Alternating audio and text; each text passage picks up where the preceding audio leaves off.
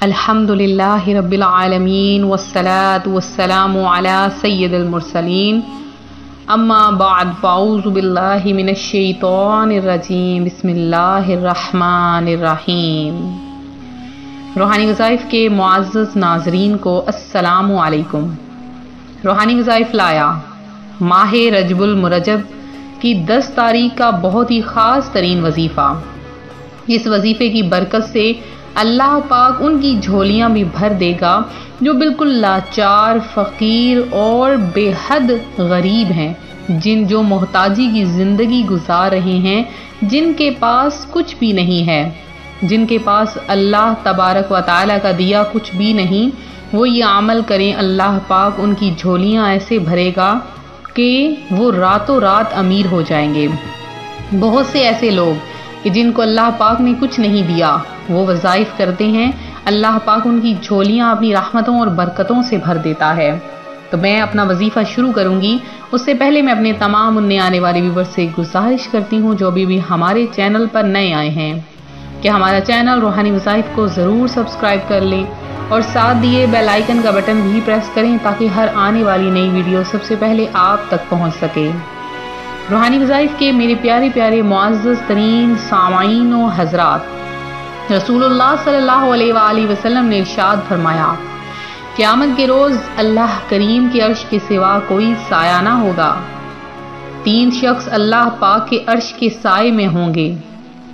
وہ شخص جو میری امتی کی پریشانی کو دور کرے، میری سنت کو زندہ کرنے والا، مجھ پر کثرت سے درود پڑھنے والا۔ ماہ رجب المرجب جو کہ عبادتوں والا مہینہ ہے، اب عبادتیں کریں لیکن عبادتوں میں لذت نہ ہو تو اس کا بھی کوئی فائدہ نہیں۔ پیارے آقا صلی اللہ علیہ وآلہ وسلم کا فرمان ہے، کثرت کے ساتھ استغفار بندے کو نیکیوں کی طرف لے جاتا ہے۔ محبوب سبحانی حضرت شیخ عبد القادر جیلانی رحمۃ اللہ علیہ کے فرزند فرماتے ہیں کہ میرے والد نے ارشاد فرمایا، میں ایک سفر میں صحرا کی طرف نکلا اور چند دن وہاں ٹھہرا، مگر مجھے پانی نہیں ملتا تھا۔ جب مجھے پیاس کی سختی محسوس ہوئی تو ایک بادل نے مجھ پر سایہ کیا اور اس میں سے مجھ پر بارش کے مشابہ ایک چیز گری، میں اس سے سیراب ہو گیا۔ پھر میں نے ایک نور دیکھا جس سے آسمان کا کنارہ روشن ہو گیا اور ایک شکل ظاہر ہوئی جس سے میں نے ایک آواز سنی، اے عبد القادر، میں تیرا رب ہوں اور میں نے تم پر حرام چیزیں حلال کر دی ہیں۔ تو میں نے اعوذ باللہ من الشیطان الرجیم پڑھا کر کہا، اے شیطان لائن دور ہو جا۔ تو روشن ستارہ اندھیرے میں بدل گیا اور وہ شکل دھواں بن گئی۔ پھر اس نے مجھ سے کہا، اے عبد القادر، تم مجھ پر اپنے علم، اپنے رب کے حکم کے ذریعے نجات پا گئے اور میں نے ایسے 70 مشائخ کو گمراہ کیا۔ میں نے کہا، یہ صرف میرے رب کا فضل و احسان ہے۔ شیخ ابو نصر موسیٰ جو غوث پاک رحمۃ اللہ علیہ کے فرزند ہیں، وہ فرماتے ہیں، غوث پاک سے پوچھا گیا، آپ نے کس طرح جانا کہ وہ شیطان ہے؟ آپ نے ارشاد فرمایا، اس کی اس بات سے کہ بے شک میں نے تیرے لیے حرام چیزوں کو حلال کر دیا ہے۔ شاہ نفس امارہ مغلوب ہو، اب ہو شیطان کا دور شر غوث اعظم۔ دیکھا آپ نے شیطان کس طرح اللہ کریم کے نیک بندوں کو گمراہ کرنے کی کوشش کرتا ہے، مگر ہمارا کیا بنے گا؟ ایک تو ہم عبادت نہیں کرتے اور اگر کوئی نیک عمل کر لیں تو اس پر پھولے نہیں سماتے۔ جب تک دوسروں کے سامنے اپنی نیک نامی کا اظہار نہ کریں کسی پل چین نہیں آتا، اور دوسروں سے بہتر کرتے ہوئے خود کو نیک پرہیزگار سمجھتے ہیں۔ یاد رکھیے، شیطان نے ہزاروں سال عبادت کی مگر صرف تکبر اور حکم الہی کی نافرمانی کی وجہ سے اس کی برسوں کی عبادتیں بیکار اور ہزاروں سال کی ریاضتیں پامال ہو گئیں۔ ذلت اور رسوائی اس کا مقدر بنی، ہمیشہ ہمیشہ کے لیے لعنت کا توق اس کے گلے میں پڑ گیا۔ تو جب بھی نیکی کریں کبھی بھی اپنی نیکیوں کا چرچا نہ کریں۔ ہم تو نفلی عبادت تو کیا فرض عبادت تک نہیں کرتے، حالانکہ ہماری تو پیدائش کا مقصد ہی رب کریم کی عبادت کرنا ہے۔ لہٰذا میرے پیارے پیارے روحانی وظائف کے معزز ترین ناظرین، ایک بات کو یاد کر لیں کہ پیارے آقا علیہ الصلوۃ والسلام کا فرمان ہے کہ اغتنم خمسن قبل خمسن، 5 چیزوں کو 5 چیزوں سے پہلے غنیمت جانو، شبابہ کا قبل حرامی کا، جوانی کو بڑھاپے سے پہلے، وصحت کا قبل سقامی کا، صحت کو بیماری سے پہلے، وغنا کا قبل فقری کا، مالداری کو تنگ دستی سے پہلے، وفراغ کا قبل شغلی کا، فرصت کو مشغولیت سے پہلے، وحیات کا قبل موتی کا، اور زندگی کو موت سے پہلے۔ تو ہمیں بھی اپنی زندگی کے اصل مقصد کو ذہن نشین رکھنا چاہیے۔ اس ماہ رجب المرجب میں جو کہ پیارا ترین مہینہ ہے، اس میں کثرت سے عبادت کریں، اور اگر آپ کروڑ پتی ہونا چاہتے ہیں، امیر ہونا چاہتے ہیں، لاکھوں کروڑوں کے مالک بننا چاہتے ہیں، تو میرے اس بتائے ہوئے عمل کو کر لیں۔